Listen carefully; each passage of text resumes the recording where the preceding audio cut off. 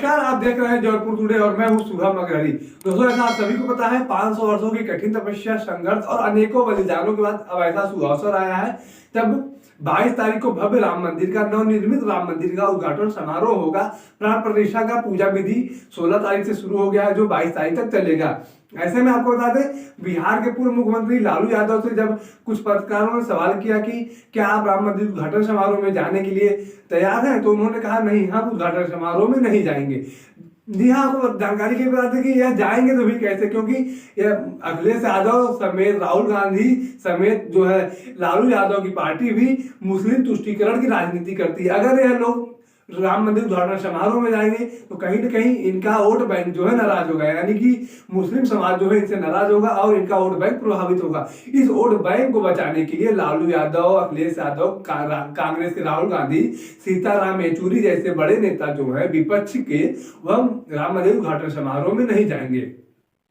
अब जो लालू यादव है ना, ये राम मंदिर के विरोधी शुरू से रहे हैं। जैसे मुलायम सिंह यादव कार सेवकों पर गोलियां चलवाए थे, वैसे राम मंदिर के विरोधी ये लालू यादव भी कम नहीं है, ये भी शुरू से ही राम मंदिर के विरोधी रहे हैं। जब लालकृष्ण आडवाणी ने राम मंदिर आंदोलन के लिए रथ यात्रा निकाला था, तो इसी लालू यादव की सरकार में, इसी बिहार में उस रथ यात्रा को प्रवेश करने से रोक दिया गया था, यानी और वहां पर रथ यात्रा को वापस कर दिया गया था। तब जब लालकृष्ण आडवाणी द्वारा जबरदस्ती किया गया तो उन्हें गिरफ्तार भी कर लिया गया था। लालू यादव की उस समय सरकार थी और लालू यादव ने राम मंदिर की रथ यात्रा को, आंदोलन की रथ यात्रा को रोक लिया था। तो यह कहीं ना कहीं उनके ऊपर एक तरह से सवाल खड़ा करने वाला है कि वह राम मंदिर के विरोधी तो शुरू से रहे हैं। तो जो पत्रकार इनसे सवाल कर रहे हैं उनको इस बात की जानकारी तो पहले से ही होना चाहिए था कि जो राम मंदिर का विरोधी शुरू से रहा है और राम मंदिर उद्घाटन समारोह में कैसे जा सकता है। वो कभी नहीं जाएगा, वो कभी यह कोशिश नहीं करेगा कि उसका मुस्लिम तुष्टीकरण की राजनीति जो है वो खत्म हो, उसका मुस्लिम वोट जो है वह प्रभावित हुआ। अपने इस वोट को, बैंक को बचाने के लिए वह कभी ऐसा कोशिश नहीं करेगा कि वह ऐसा कुछ काम करे जिससे उसका वोट प्रभावित हो। बाकी अखिलेश यादव भी जाने से इनकार कर चुके हैं, कांग्रेस पार्टी भी जाने से इनकार कर चुकी है। यह लोग ढोंगा जो पीटते हैं ना कि राजीव गांधी ने ताला तोड़वाया था, हम तो सबसे बड़े राम भक्त हैं। राजीव गांधी ने ताला नहीं तोड़वाया था भाई, उन्होंने एक डैमेज कंट्रोल करने के लिए वह स्टेप उठाया था। उनका वो एक तरह से हिंदू और मुस्लिम को एकजुट करने, अपने पक्ष में करने के लिए, अपने राजनीतिक फायदे में उन्होंने ताला खुलवाने का काम किया था। आप जो कहते हैं ना कि हम सबसे बड़े वाले राम भक्त, तो भाई आप इसी कांग्रेस पार्टी ने राम मंदिर के विरोध में 20-20 वकीलों का फौज खड़ा किया था। इसी कांग्रेस पार्टी ने राम को काल्पनिक बताया था। इसी कांग्रेस पार्टी ने राम सेतु को तोड़ने के लिए कहा था। तो ऐसा थोड़ी कि राजीव गांधी ने ताला तोड़वा के बहुत बड़ा काम कर लिया था। नहीं, राजीव गांधी ने तो ताला तोड़वाया था, उसके पीछे एक बहुत बड़ी राजनीति थी और उस राजनीति में उनका एक समझना था कि अगर मुस्लिम समाज तुम्हारे पक्ष में हो ही गया है, एक केस हुआ था, उस केस में हम जाना नहीं चाहते, लेकिन बस सीधी सी बात यही है कि उन्होंने राजनीतिक फायदे के लिए उस समय का ताला खुलवाया था, क्योंकि उन्हें हिंदू समाज का वोट चाहिए था। उस वोट के लिए राजीव गांधी ने ताला तोड़वाया था।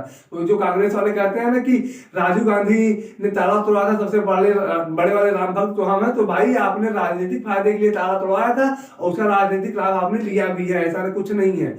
लेकिन आज जो राम मंदिर का उद्घाटन समारोह हो रहा है, इस पर जब आप सवाल खड़े कर रहे हैं तो भाई आपको इस बात का भी जवाब देना पड़ेगा कि आपने सुप्रीम कोर्ट में 20-20 वकीलों का फौज खड़ा किया था। लालू यादव की पार्टी ने राम मंदिर आंदोलन के रथ यात्रा को बिहार में प्रवेश तक करने दिया था। लालकृष्ण आडवाणी को गिरफ्तार कर लिया था। मुलायम सिंह यादव की पार्टी, समाजवादी पार्टी की सरकार रहते हुए राम मंदिर के आंदोलनकारियों पर राम मंदिर के आंदोलनकारियों को गोलियों से भून दिया गया था। ये तमाम चीजें इस देश ने देखा है, इस देश के जनता ने समझा है।